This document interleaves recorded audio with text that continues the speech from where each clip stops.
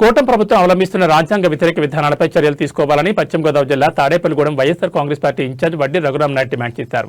బుధవారం పశ్చిమ గోదావరి జిల్లా తాడేపల్లిగూడెం పట్టణంలో వడ్డీ రఘురామ్ నాయుడు నివాసం నుంచి మోటార్ సైకిల్ ర్యాలీతో పోలీస్ స్టేషన్ చేరుకుని కూటమి ప్రభుత్వంపై ఫిర్యాదు చేశారు.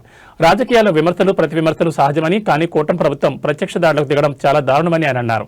మాజీ మంత్రులు అంబటి రాంబాబు, జోగి రమేష్ ఇళ్లపై రౌడీ ముఖలను ఉసుకొల్పి పెట్రోల్ బంబులతో దాడి చేయడం ఎంతవరకు సమంజసమని ఆయన ప్రశ్నించారు.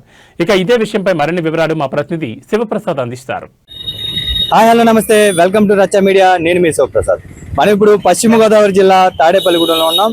తాడేపల్లిగూడెం వైసీపీ ఇన్ఛార్జ్ వడ్డీ రఘురామ్ నాయుడు ఆధ్వర్యంలో ఈరోజు కూటమి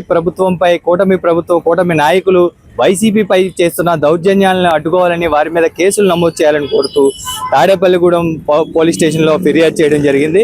అయితే అంబటి రాంబాబు కావచ్చు, మిగతా వైసీపీ నేతలు ఎవరైతే ఉన్నారో జోగి రమేష్ ఇంటిని పెట్రోల్ బాంబులతో దాడి చేయడం ఇది రాజ్యాంగ విరుద్ధమని, దీనిపైన వెంటనే హై పవర్ కమిటీతో విచారణ చేయాలని, వెంటనే రాష్ట్రంలో పాలన పైన ఖచ్చితంగా చర్యలు తీసుకోవాలని, దీని మీద గవర్నర్ దృష్టికి కూడా వైఎస్ఆర్సీపీ పార్టీ దీన్ని గవర్నర్ దృష్టిలో కూడా తీసుకెళ్లాలని తెలిపారు.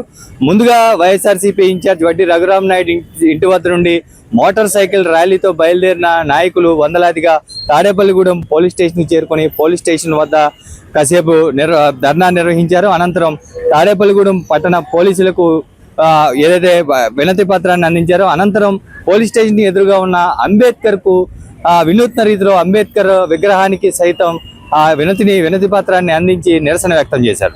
కాబట్టి ఇంకోటి కూడా విషయం చెప్తా ఉన్నా, మీకు ఏదైతే ఇవాళ అంబటి రాంబాబు గారికి ఆ ఎదురుగుండా కర్రలు కట్టారాలు పెట్టి మీరు ఉధృతం చేయడం వల్ల ఆయన మాట్లాడటం జరిగింది.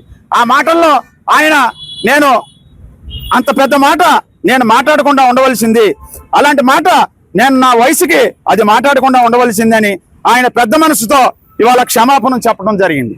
మరి దీనికి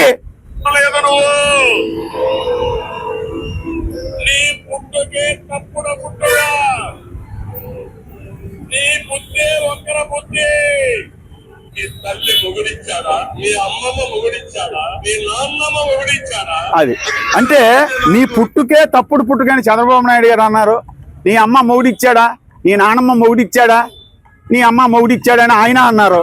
ఇవాళ అంబటి రాంబాబు నా మాట జారింది, నేను ఆ ఉద్దేశంలో ఏదో మాట్లాడాను, చంద్రబాబు నాయుడు గారు పెద్ద ఆయన, నేను ఆ మాట అనకూడదని ఆయన పత్రికా ముఖంగా చెప్పడం జరిగింది. మరి నువ్వు ఇన్ని మాటలన్నా మీరు జగన్మోహన్ రెడ్డి గారికి క్షమాపణ చెప్పారా? నేను అడుగుతున్న సూటిగా చెప్పారా? మీరు ఉద్రేకాలను మీరు సృష్టించి ఈ రకమైన చేసి, అలాగే జోగి రమేష్ గారి ఇంటి దగ్గర పెట్రోల్ బాంబులు ఎటువంటి అండి? అసలు మనం అంబేద్కర్ గారు రాసిన రాజ్యాంగంలో చదువుకుంటున్నామా, లేకపోతే మన కొత్త రాజ్యాంగం అమలు పరిచామా పాకిస్తాన్ లాగా? చెప్పండి. మీరు ఆ రాజ్యాంగం ఉంటే మళ్ళీ ఈ రాజ్యాంగాన్ని మా రాజ్యాంగం తోడవుద్ది.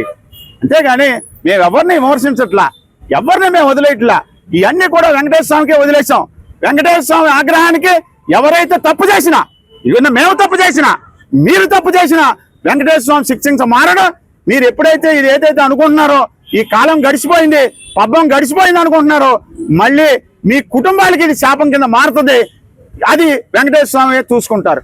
అలాగే మీరు ఇవాళ చేసినటువంటి అరాచకాలు, మీరు ఏదైతే చిన్నపిల్లలకి అమ్మహాలు దిద్దించి వాళ్ళ పై చదువులకు మనం ఎలాగైతే పంపిస్తామో, ఇవాళ రాజ్యాంగ వ్యతిరేకంగా మీరు ఒక సిస్టమ్ని ఫాలో అయ్యి ఒక సిస్టమ్ని తయారు చేసి ఆ రాజ్యాంగాన్ని మీరు అమలు పరుస్తున్నారు. అదే రాజ్యాంగాన్ని మళ్ళీ ఈ ప్రభుత్వం పోతే మళ్ళీ ఇంకో ప్రభుత్వం వస్తుంది.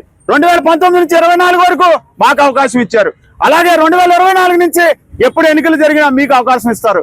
తర్వాత ప్రజలు మేము ప్రజా పోరాటం చేసిన విధానానికి మాకు అవకాశం ఇస్తారు.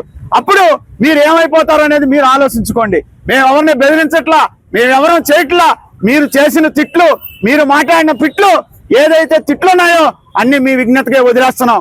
ఏదైనా కలియుగ వెంకటేశ్వర స్వామి చూసుకుంటారు.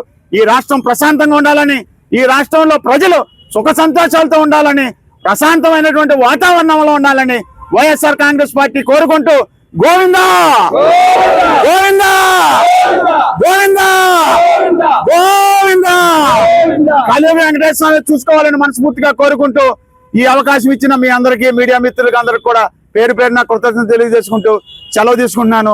జై జగన్, జై జగన్, జై జగన్, జై హింద్.